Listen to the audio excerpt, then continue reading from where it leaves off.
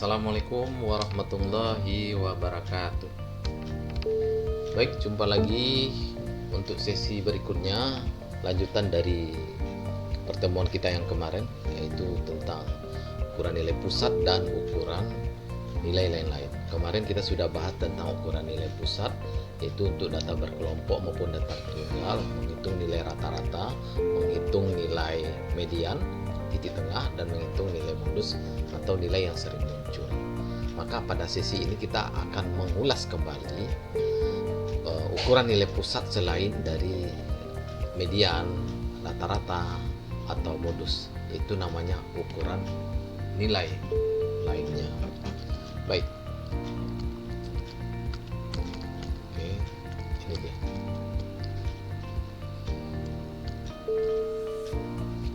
Ukuran-ukuran nilai lain selain daripada ukuran nilai pusat yang 3 kemarin yang kita bahas itu adalah nilai mean, rata-rata, median, modus. Ya, ada namanya praktil. Praktil ini juga termasuk ukuran lain, termasuk dari 3 ya.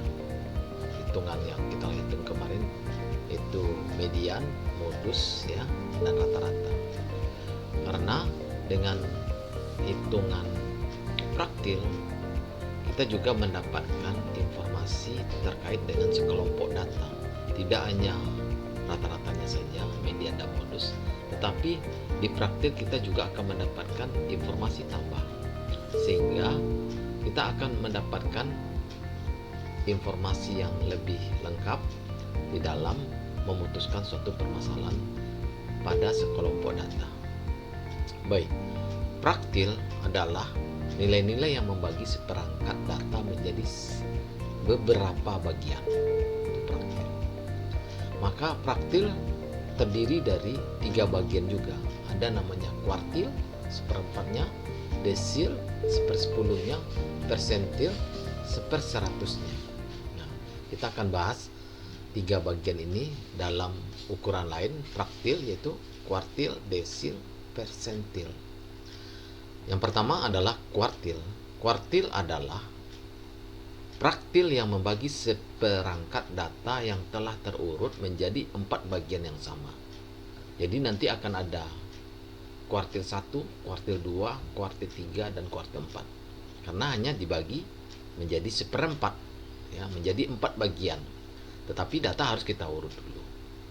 Untuk kuartil data tunggal kita bisa gunakan rumus, yaitu Q1 adalah kuartil pertama nilai yang K1 dikali dengan N tambah 1 per 4. Jadi ketika kita mendapatkan data misalkan N-nya 10, ya kita urut datanya dulu, kemudian kita mau mencari kuartil keberapa? Kuartil kedua berarti adalah 2, ya, 2 dikali dengan N-nya tadi 10, ya kan?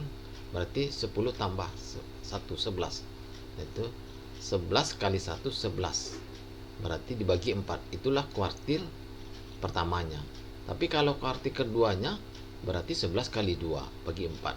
Terus sampai kuartil keempat, yaitu 11 kali 4 bagi 4. Nah, itu kuartil. Sehingga dengan melihat nilai ukuran lain ini, kita akan mendapatkan tambahan informasi di samping kita mendapatkan nilai rata-rata, median, dan modusnya. Oke, sekarang kita coba contoh. Nah, ini yang seperti kita lihat untuk contoh data tunggal untuk kuartil, yaitu membagi seperempat data menjadi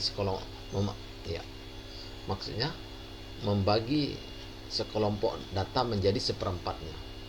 Tentukan kuartil kedua dari data tunggal, yaitu meliputi 2, 6, 8, 5, 4, 9, 12. Maka untuk menghitungnya, ingat kita harus urutkan dia dulu dari yang terkecil sampai yang besar, dimana N-nya jumlah data adalah sama dengan 7.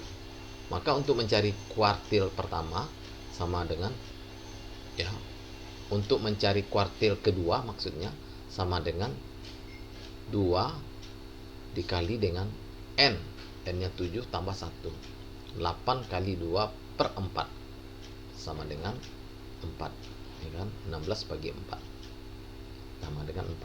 Kalau kita ingin mencari kuartil ketiga, berarti 3 dikali dengan 8. 3 kali 8, 24 bagi 4. Begitu juga untuk mencari kuartil keempat. 4 dikali 8 bagi 4. Nah, itu kuartil. Untuk data tunggal. Sementara untuk data kelompok, kita juga bisa hitung menggunakan rumus. Kuartil data berkelompok itu rumusnya adalah QI ya, sama dengan BI tambah dengan IN per 4. 4 itu adalah karena kuartil data dibagi menjadi 4 bagian, dikurangi dengan sigma F10 bagi dengan FQI kali dengan C. Kita bisa lihat keterangannya. BI itu adalah tepi bawah kelas kuartil. Tepi bawah kelas kuartil sebelah kiri biasanya dikurangi setengah. Sementara N adalah jumlah semua frekuensi. Jumlah semua frekuensi. Berapa total frekuensi kita. Sementara I adalah kuartil keberapa gitu. Kita ingin mencari kuartil kelima, berarti I-nya 5. Sementara selanjutnya sigma FI0 itu gambaran tentang jumlah frekuensi semua kelas sebelum kelas kuartil. Jadi kalau kita dapat kelas kuartilnya pada contoh kita di tabel itu adalah kelasnya ketiga, maka sebelumnya itu kelas kuartilnya itu adalah di atas 32 yaitu 25. Sama seperti kita menghitung median ya. Ada kelas sebelumnya. Kemudian C itu panjang interval kelas atau panjang kelas, kita hitung dengan cara yaitu batas kelas atas dikurangi batas kelas bawah. Batas kelas atas tambah setengah, batas kelas bawah kurangi setengah. Sementara FQI adalah frekuensi kelas kuartil. Oke, sekarang kita lihat dari contoh. Dari tabel berat badan mahasiswa UPI YPTK tahun 2020, tentukan kuartil ketiga distribusi tabel di bawah ini. Kita gunakan contoh kita di awal pertemuan kemarin itu ada 5 kelas berat badan tabel kelompok untuk mahasiswa UPI dengan masing-masing banyak frekuensi per kelasnya. Maka langkah pertama tentu caranya kita juga harus menghitung yang namanya frekuensi kumulatif. Frekuensi kumulatif kita tinggal menambahkan saja. Di kelas pertama 10, kelas kedua 10 tambah 25, 35. Kelas ketiga yaitu 35 tambah 32, 67. Kelas keempat 67 tambah 15, 82. Kelas kelima 82 tambah 18, 100. Maka untuk menghitung daripada kuartil untuk kuartil ketiga pada data berkelompok ini, kita bisa tentukan bahwa jumlah N-nya 100. Sementara kita mencari kuartil ketiga, berarti 3 per 4. Lihat rumus. Lihat. IN per 4. I itu adalah kuartil yang mau kita hitung. I kita yang mau kita hitung adalah 3. Sementara N-nya adalah 100. Maka 3 kali 100, 300 bagi 4. Maka dapat di sana adalah sebanyak 75. Maka bisa dengan cara yang sama kita tentukan bahwa kelas kuartil ketiga itu berada pada kelas keempat, yaitu dengan frekuensi 15 dengan frekuensi kumulatifnya 82. Kita bisa tentukan itu. Sementara kelas ya tepi bawah kelas kuartil tentu adalah 68,5, yaitu 69 kurangi setengah sama dengan 68,5. Itu tepi bawah kelas kuartil. Kemudian nilai CF30-nya itu adalah jumlah frekuensi semua kelas sebelum kelas kuartil. Jumlah frekuensi sebelum kelas kuartil itu frekuensi kumulatifnya 82. Sebelumnya adalah 67. Dan panjang kelas ya, atau interval kelas itu adalah 71,5 pada kelas kuartil dikurangi dengan 68,5, dapat panjang kelas 3. Maka kita bisa tentukan itu, ya. Oke, satu lagi adalah frekuensi kelas kuartil sama dengan 15. Ingat, pada kelas keempat frekuensi kelas kuartil, bukan yang kelas kumulatifnya, sama dengan 15. Maka dengan cara yang sama kita bisa masukkan semua angka itu ke rumus, yaitu Q3 sama dengan BI1. BI1-nya itu adalah 68 ditambah dengan, ya, kita coba hitung lagi, yaitu 3 adalah kuartil ketiga yang mau kita hitung, kali 100, M-nya bagi 4 kurangi 67. 67 adalah frekuensi kumulatif kelas kuartil sebelumnya, 67 dibagi dengan 15 frekuensi kelas kuartil, ya, kali dengan C, panjang kelas sama dengan 3. Maka kita temukan di sana adalah 70,1. Maka bisa kita lihat bahwa kuartil ketiga dari data kelompok kita itu berada benar pada kelas keempat, yaitu antara 69 dengan 71. Yaitu di sini kita temukan kuartil ketiganya adalah 70,1. Anda juga bisa cari kuartil keempatnya, kuartil keduanya, kuartil kesatunya untuk data seperti tabel kita ini. Kita hitung lagi, kalau kuartil ke-1 berarti 1 kali 100 bagi 4. Kuartil kedua 2 kali 100 bagi 4. Maka kita bisa memposisikan di kelas mana kuartil kedua, pertama atau keempat itu berada.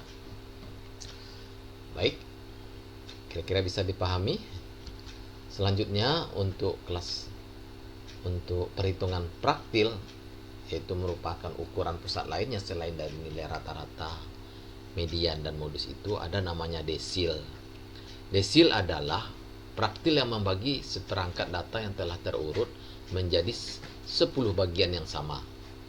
Kalau di yang pertama kita mengenal kuartil adalah sekelompok data yang dibagi, ya, dengan menjadi seperempat dengan data yang telah terurut. Desil kita bagi 1/10-nya. Jadi kita bisa nanti menghitung desil 1 sampai desil 10, tidak ada desil 11 karena hanya data dibagi 1/10 bagian yang sama. Maka rumusnya di sini juga, ya, DI1, ya, untuk data tunggal, yaitu sama seperti kuartil tadi, sama dengan I kali N tambah 1 bagi 10. Ingat, karena dia desil pasti 10, 1/10-nya. Kalau kuartil 1/4-nya. Maka untuk data berkelompok rumusnya hampir relatif sama dengan kuartil, di mana hanya mengganti kalau kuartil 1/4-nya, sementara desil menjadi 1/10-nya. Sementara perhitungannya sama. Dan ini nanti menjadi bagian daripada tugas kita, saudara, dalam untuk menghitung berapa jumlah desil masing-masing dari data yang sudah ada tadi. Mungkin kita cari desil ke-5, ke-7, ke-8 sampai ke-10. Itu coba saja dihitung. Kemudian yang terakhir, untuk ukuran nilai pusat lainnya, praktil lainnya adalah persentil. Persentil adalah praktil yang membagi seperangkat data yang telah terurut menjadi 100 bagian yang sama. Jadi di sini kita membagi sekelompok data yang sudah terurut itu menjadi 1/100-nya yang sama. Jadi kita harus mampu membedakan mana yang kuartil 1/4-nya, mana yang desil 1/10-nya, mana yang persentil. Ya, untuk perhitungan persentil data tunggal, data kelompok juga relatif sama antara kuartil, desil, dan persentil. Cuman membedakan antara nilai kuartil 1/4, desil 1/10, dan persentil menjadi 1/100. Dan Anda, saudara, juga nanti bisa menghitung dari tabel yang sama, kira-kira berapa persentil 50 untuk data kita yang ada tadi, untuk 100 mahasiswa dengan berat badannya. Kita bisa hitung itu nanti. Dan ini coba sebagai latihan supaya Anda terbiasa menghitung ukuran nilai pusat selain daripada rata-rata, median, modus, tetapi juga harus paham tentang Praktil yang meliputi kuartil, desil, persentil. Oke, mungkin untuk sesi ini kita cukupkan. Untuk lebih pahamnya nanti diharapkan saudara semua latihan untuk menghitung nilai rata-rata, modus, median, termasuk nilai ukuran lainnya seperti praktil, yaitu kuartil, desil, persentil. Latihan dan ini juga nanti akan kita kumpulkan sebagai tugas di pertemuan keempat dan kelima ini. Demikian saja. Assalamualaikum warahmatullahi wabarakatuh.